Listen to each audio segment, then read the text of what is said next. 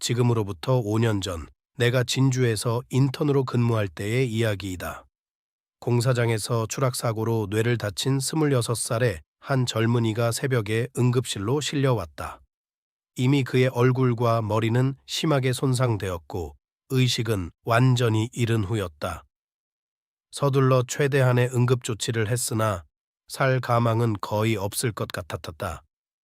심전도를 체크하는 기계 쪽으로 시선을 돌리는 순간 나의 가슴은 무겁게 가라앉았다. 규칙적이고도 정상적인 심장 박동을 나타내던 ECG 곡선이 갑자기 웨이브 파동으로 바뀌었던 것이다. 그것은 곧 죽음이 가까이 옴을 의미했다. 보통 이러한 ECG에 곡선이 나타난 이후 10분 이상을 살아있는 이를 나는 본 적이 없었다.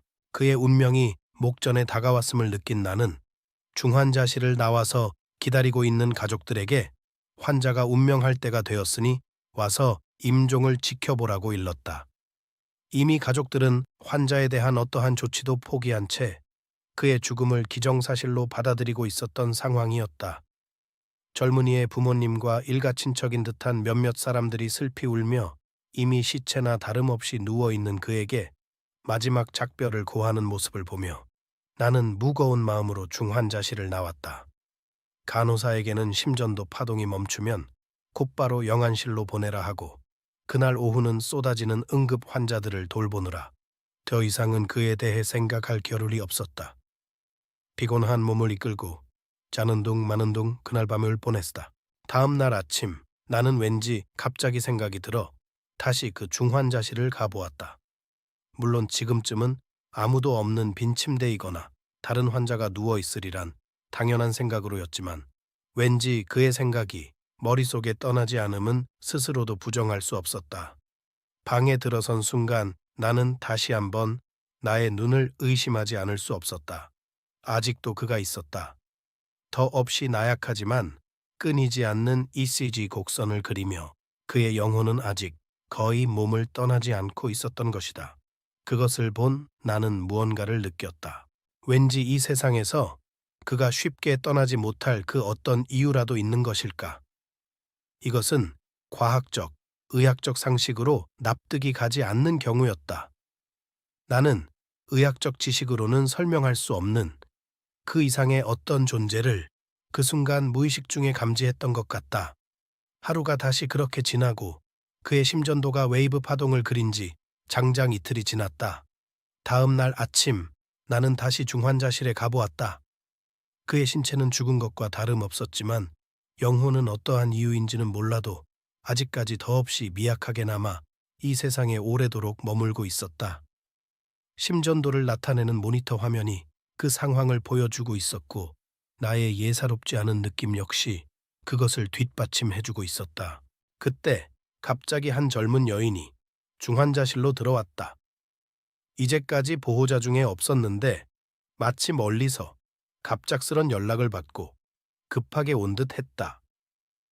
젊은이의 애인인 듯 했는데 마치 넋이 나간 사람처럼 제대로 환자를 쳐다보지도 못하고 창백한 얼굴로 금방이라도 바닥에 쓰러질 것만 같았다. 그의 곁으로 가까이 다가갈 수 있게 나는 한 옆으로 비켜주었다. 젊은 여인은 말없이 눈물을 흘리며 가까스로 침대 옆에 섰다. 바로 그 순간 갑자기 그의 심전도 파동이 멈추었다. 모니터 화면에서 끊임없이 지속되던 웨이브 파동이 한순간 사라지고 마치 전원이 꺼진 것 같은 한 줄기 직선만이 화면에 나타났다. 이틀간 미약하게 남아 뛰어왔던 그의 심장이 바로 그때 멈춘 것이었다. 내 가슴은 순간 서늘해지면서 왠지 모를 거대한 느낌에 사로잡혔다. 이젠 정말로 이 세상을 떠난 그와 그의 곁에 남겨진 여인을 두고 나는 중환자실을 빠져나왔다. 그의 임종 소식을 전하고 나는 보호자 중에 한 사람에게 방금 온 그녀가 누구인지 물어보았다. 내게는 그녀가 그의 삶을 오늘까지 정말 믿기지 않을 정도로 연장시킨 어떤 존재로까지 여겨졌던 것이다. 그녀는 결혼한 지 3개월에 접어드는 그의 부인이었고 뱃속의 아기를 임신 중이었다. 놀라움과 마음속 깊숙이 형용할 수 없는 감정의 파도가 밀려옴을 느끼며 나는 그 순간 내가 해야 할 행동이 무엇인지를 깨달았다. 그녀가 나오기를 기다렸다가 나는 그녀에게 다가갔다. 그리고 이야기해 주었다. 세상을 떠나기 전에 당신과 뱃속의 아기를 만나기 위해 그가 얼마나 그 오랫동안 죽음과 삶의 경계에서 사투를 벌이면서 오랜 시간을 기다렸는지, 얼마나 힘겹고 가슴 아픈 영혼의 기다림이었는지, 그리고 그것은 부인과 그의 아기에게 전하는 그의 이 세상 마지막 메시지라고, 그것은 바로 사랑의 작별 인사라고, 듣고 있는 그녀의 눈에서 넘치는 눈물을 바라보며 나는 두려움과 함께 어떠한 경외심까지 느끼지 않을 수 없었다. 애절하고 아름다운 사랑을 간직한 한 영혼이 바로 우리 곁을 떠나는 순간이었다. 나는 영혼의 존재를 믿는다. 존재를 믿을 뿐 아니라 생생히 느꼈고 경험했다.